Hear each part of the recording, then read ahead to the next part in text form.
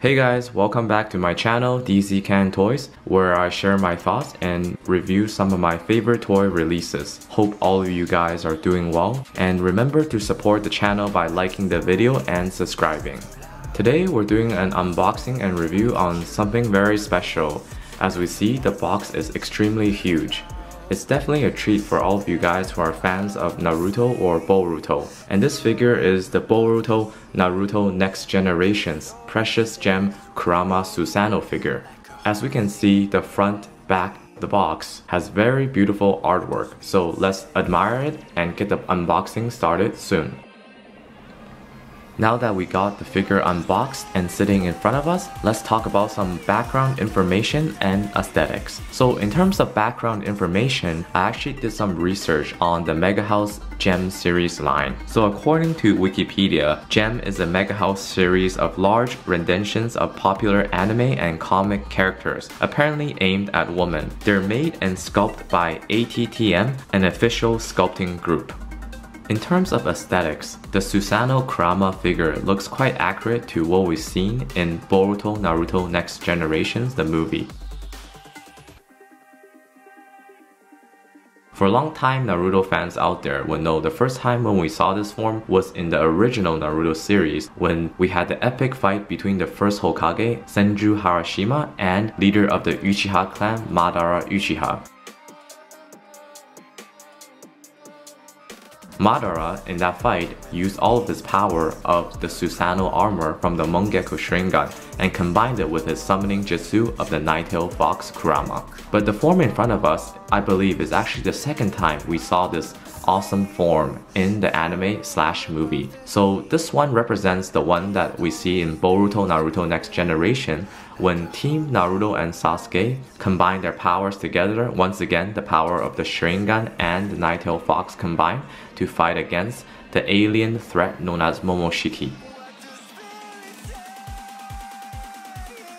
Furthermore, in terms of aesthetics, the Megahouse G.E.M series is known for their detailed sculpting and vibrant colored paint jobs, and the figure that we have in front of us is no different. In terms of sculpting, Megahouse did an extremely good job on sculpting this figure that we've seen in front of us. The Susanoo armored Kurama is very detailed. First, when we look at the armor, we'll notice that not only is it sculpted very detailedly and accurately, we can see even further details through the small indentations of the various armor pieces that extends all the way to the blade of the figure itself too.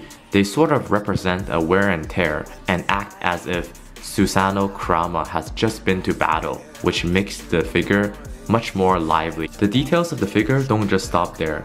Extending to the two shoulder pads, the hand armor, and the two leg armor, we see 5 clear plastic purple flame pieces. Now these pieces look very free-flowing and represents purple flames. It's like sort of an energy being emitted by the Susanoo armor. Similarly, looking at the tail of the figure, we can see all 9 tails of the Kurama fox being sculpted in a different pattern, and they all look very free-flowing, forming this kind of wavy feeling. So all in all then, looking at the wavy pattern of the tails combined with the wavy pattern of the flames, it makes the figure look very dynamic and is in an action position, even though the figure itself is actually just stationary. In terms of paintwork, the figure is done very beautifully and vibrantly, similar to a lot of the other Megahouse G.E.M series. If we look at the paint job of the tail, it consists of many shades of orange and yellow, with the tip of the tail being a dark orange, and as we move into the inner tail, it fades to a lighter orange and then sort of a yellow and a lighter yellow color. This type of fading effect also happens on the flame of the figure itself. When we look at the purple flame emitted by the Susanoo armor, we can see that the tip of the flame is a whitish color, and then as we extend towards the body, it becomes a lighter purple and then a darker purple, and all the way to the armor, it becomes a dark sort of purplish blue color. This technique of a vibrant fading color paint job along with the clear plastic really makes the figure stand out, especially when you're taking pictures of this figure or displaying it. All you need to do is shine some light on it or behind it, and it will make the figure seem like it's glowing.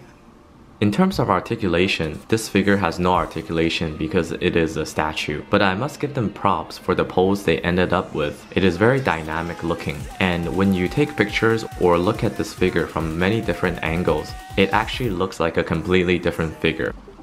In terms of accessories, the Susanoo Kurama armor figure is a statue, so there's not many accessories, just like many other statues. They're mainly for display. Right out of the box, this figure comes in two major pieces, being the front body and the tail piece. So all I had to do was attach the tail to the front body, then insert one final separate piece of the blade into the hand of the figure to complete the form that we see in front of us right now. Although statues don't really include accessories, it is cool to mention that this figure actually came with two cool little accessories, which I'm gonna show you guys right now. Now how cool is that? It came with two little clear acrylic stand figures of Naruto and Sasuke as they were seen in Boruto Naruto Next Generations the movie. So here's a closer look at the acrylic stand accessory included in this figure. Alright, now let's do some size comparison. Here's the SH Figuarts Gohan, and here's the Figma Rin from the Fate Stay Night series.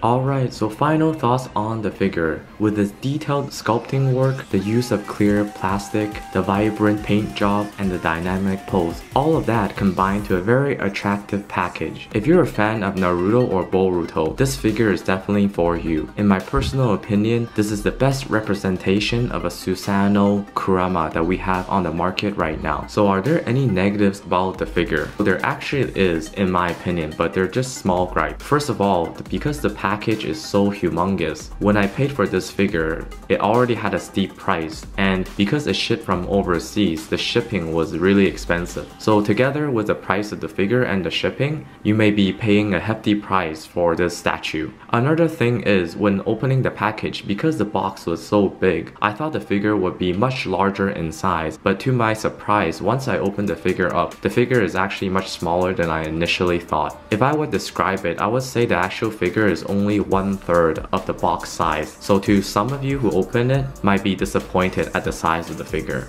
Despite the negatives that I just mentioned about this figure, if you're a fan of the Naruto series and a fan of the Susanoo Kurama form, this figure is definitely still worth picking up because, in my opinion, it is the best representation of a Susanoo Kurama we have on the market so far. In terms of sizing, although this figure is not as big as I initially thought it would be, especially comparing to its packaging which was so humongous, it still got quite a hefty size to it. What I mean by that is, it's still big enough that it won't fit your typical IKEA detolf display shelf. So there goes the end of my review, and before I play the pictures of this figure today, make sure you guys like the video and subscribe to the channel to show your support. I would really appreciate that. As always, stay young at heart my friends, and I'm out.